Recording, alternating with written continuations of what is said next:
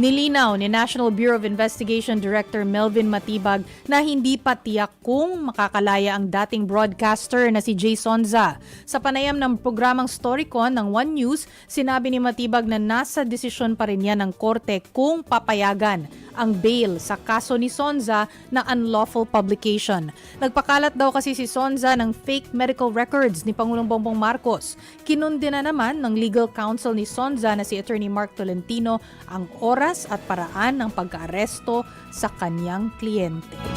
Dahil gabi na na-aresto, pero Tas wala weekend, namang pa-weekend oras. na.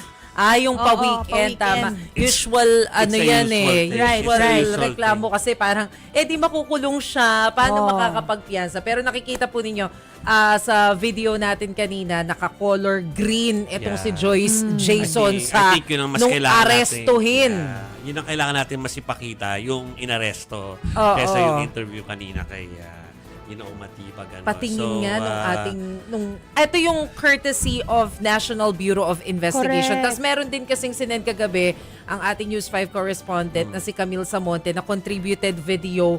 I think bahay yon ni Jason sa nung inaresto ng yung Yan, inaresto oo. ng NBI etong si Jay. Ayan. Tapos dadalhin doon sa kanilang facility. Dinala sa facility, nag-mugshot din po, at yun nga, nagreklamo yung yung kanyang abogado na ito yung nangyari sa gabi at going on a holiday and a long weekend. So medyo mahirap gawa ng paraan yung bail po, mga kapatid. Pero ang panindigan ng authorities ay ito'y laban kontra fake news. At mukhang nagdiwang ang PCO Yes. sabi ng PIA, they hailed the arrest of former broadcaster Jay Sonza, saying this reflects the government's strong drive in combating alleged online abuse and misinformation. Oo. Actually, naglabas ng statement si Secretary Dave Gomez. Madagdag ko lang dun sa nabasa mo, Jovi. Sabi niya, Secretary Gomez, it shows the government's continuing effort to guard the truth, protect the public from deception, and preserve a free but responsible democratic space. Kasi kung matatandaan po ninyo, isa dun sa inirereklamo talaga dito sa dating mamamahayag, yung sabi mo kanina, yung fake na medical bulletin. Isa kasi siya dun sa mga nag-post noon sa social media. Pero kung matatandaan din po ninyo, kalaunan, dininay po ng Malacanang yung medical bulletin na yun ng Pangulo. At the same time, naglabas din po ng statement ang St. Luke's Medical Center na sinasabing doon daw nanggaling sa ospital na yun yung medical bulletin na wala silang inilalabas na ganong klase ng dokumento. Okay, so before yung update from our sister program, ang latest from the NBI, hindi man latest kundi nangyari ngayong araw na ito, yung paglilipat nga sa Pasay City from the NBI facility in Pasay City ay nilipat na sa New Bilibid Prison in Muntinlupa City. Itong si Ginoong Jay Sonza. Ito ay ayon sa kanyang counsel na si Attorney Mark Tolentino. At sabi din ni Attorney Mark Tolentino, maayos daw yung kalagayan ng kanyang kliyente at patuloy naman tinututukan ng grupo nila ang lahat po ng legal na hakbang para maprotektahan yung karapatan nga po ni Ginoong Jay Sonza. The thing is, I'm sure naman meron lawyers helping him. Pero talagang it came at a time na holiday ngayon at saka mahaba yung weekend. Yes. So, Oo, kung meron mang weekend. magkikipagkilo sila ay Lunes na.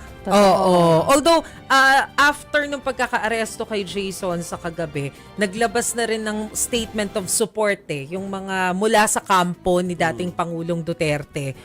Particular si Attorney Harry Roque. Nagsabi siya na suportado niya si Jason sa Yes.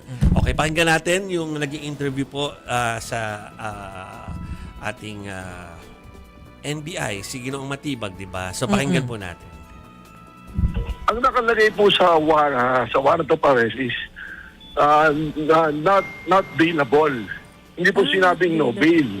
Ang pagbibigay po ng bail is a privilege. Yes. Although by practice po, yung po matataas na kaso, yung may matatas na parusa, yun po yung mga no bail talaga. So not bailable ang Oo. nakalagay doon sa arrest warrant. But still, on Monday pa rin sila makakapagsimula Oo. ng whatever legal actions na Oo, pwede kasi nilang it's a gawin. Kino-question for ni talaga yan yung Jay side ni Jay Sonza. Oo. Pero sinasabi natin, matagal, siya, former broadcaster kasi matagal na siyang hindi nagpa-practice sa media. Okay, so ano ba masabi natin? Dati naming kasamaan sa Old Channel 5 si Jason Sano at wala kaming problema sa kanya bilang kasamahan dati pero yun nga po yung ang issue dito ay yung fake news, yung pag-iingat sa paglalabas ng mga bagay-bagay na baka pwede makaapekto. Oo. So, parang dapat ay maging ehemplo rin yun sa iba pa. Kasi ang nangyayari, may mga reckless na yung di lalo na kapag ka sila yung nag-react doon o kaya repost nila share. o i-share nila, nagkakaroon ng bigat yung hindi naman pala verified na information. Yeah. So, ingat po tayo sa ganun. So, kasi nga ngayon, meron ng consequence at huwag nating haya. Kasi, mangyayari dyan, sobrang maabala kayo. Paano kung weekend din kayo pa-aresto? Oo Going nga. on a weekend. Wala kayong magawang legal options Oo, kahit- kasi naka-holiday. Kahit weekend. siguro may pang-bail kayo, kung matamaan kayo ng mahabang holiday or kaya ng kahit 2 days sa weekend, doon kayo sa kalaboso. Ingat po. Ingat tayong lahat pagdating sa pagre-repost pa ng mga bagay-bagay.